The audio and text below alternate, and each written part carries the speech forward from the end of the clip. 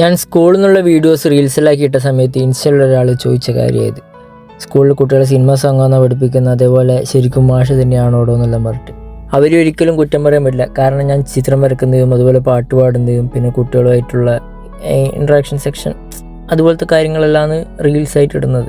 അതിന് കാരണം ഞാൻ ക്ലാസ് എടുക്കുന്ന സമയത്ത് ഫോൺ അധികം യൂസ് ചെയ്യാത്തതാണ്. ഏതെങ്കിലും ക്ലാസ്സിൽ ആളില്ലാത്ത സമയത്ത് പോകുമ്പോഴും അതുപോലെ സ്കൂളിൽ എന്തെങ്കിലും പരിപാടിയുള്ള സമയത്തും പിന്നെ ആർട്ടിൻ്റെ പീരീഡ് ക്ലാസ്സിൽ പോകുമ്പോഴും ഒക്കെയാണ് ഞാൻ കുട്ടികളുമായിട്ടുള്ള വീഡിയോസ് എടുക്കാറുള്ളത്.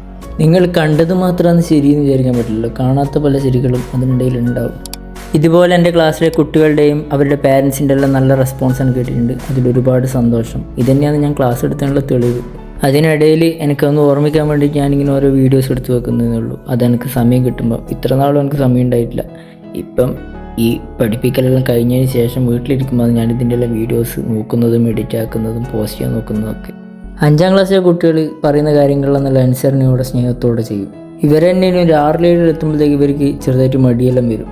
നമുക്കിനി ഡയലോഗ് അടി നിർത്തിയിട്ട് നേരത്തെ ഡയലോഗ്സ് കേൾക്കാം.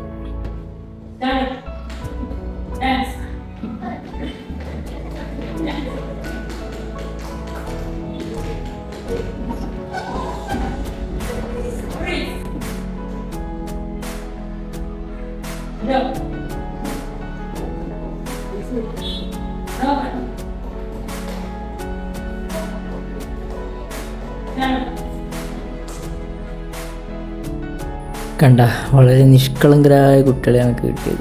എല്ലാ കുട്ടികളും ഒരേ ലെവലല്ല, പക്ഷെ അവരെല്ലാവരും ഒരേപോലെ ആക്കിയെടുക്കണം എന്നുള്ള എനിക്ക് ഭയങ്കര ആഗ്രഹം ഉണ്ടായിരുന്നു. പക്ഷെ അതിനുള്ള സമയമൊന്നും കിട്ടിയിട്ടില്ല. ഇനി ഈ വീഡിയോ കണ്ടിട്ട് ഇങ്ങനെ കളിപ്പിക്കുന്ന സമയത്ത് പഠിപ്പിച്ചുകൂടെ എന്നൊന്നും ചോദിച്ചുകൂടാ. ആ സമയം ഇപ്പം പിള്ളേരെ നമ്മൾ മാത്സിൻ്റെ ടീച്ചറാണ്, ആരെങ്കിലും പീരീഡ് പോയിട്ട് ക്ലാസ് എടുക്കാൻ കഴിയില്ലല്ലോ. നമുക്ക് കിട്ടിയ പീരീഡ് മാത്രമല്ലേ ക്ലാസ് എടുക്കാൻ പറ്റൂ. അതല്ലാതെ പോയാലും പിള്ളേർക്ക് നമ്മളോട് ഭയങ്കര ദേഷ്യമായിരിക്കും.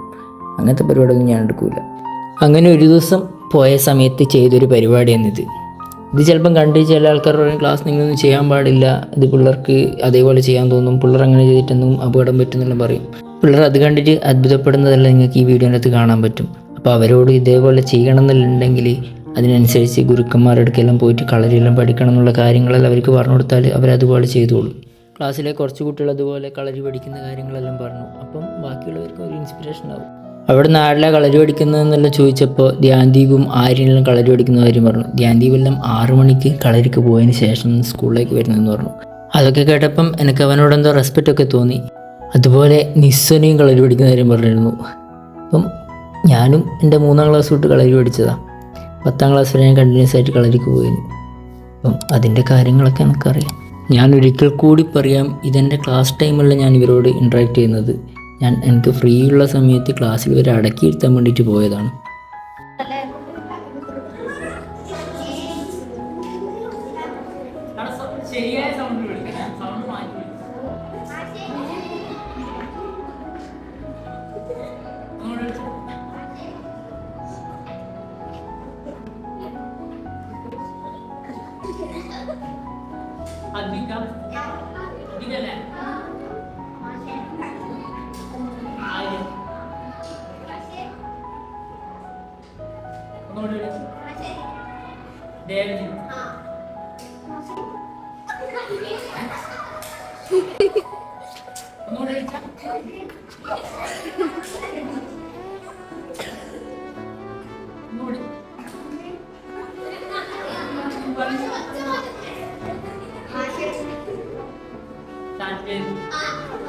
സൗണ്ട് മാറ്റിയല്ലേ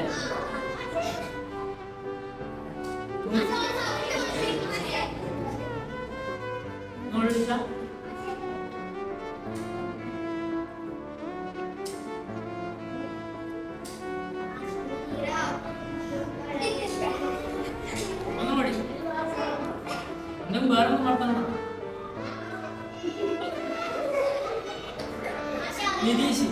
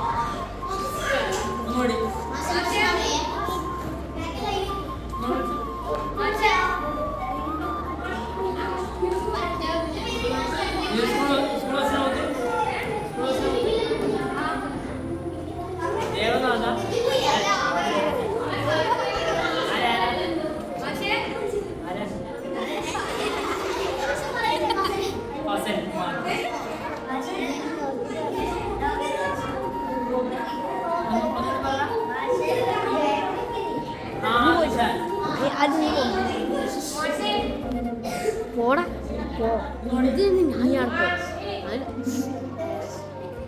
ജാൻജി ഇങ്ങോട്ട് വേണം അക്ഷയ് ആരാ ഇല്ല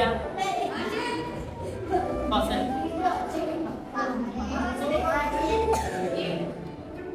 അങ്ങോട്ട് ഡിപ്പാർട്ട്മെന്റ്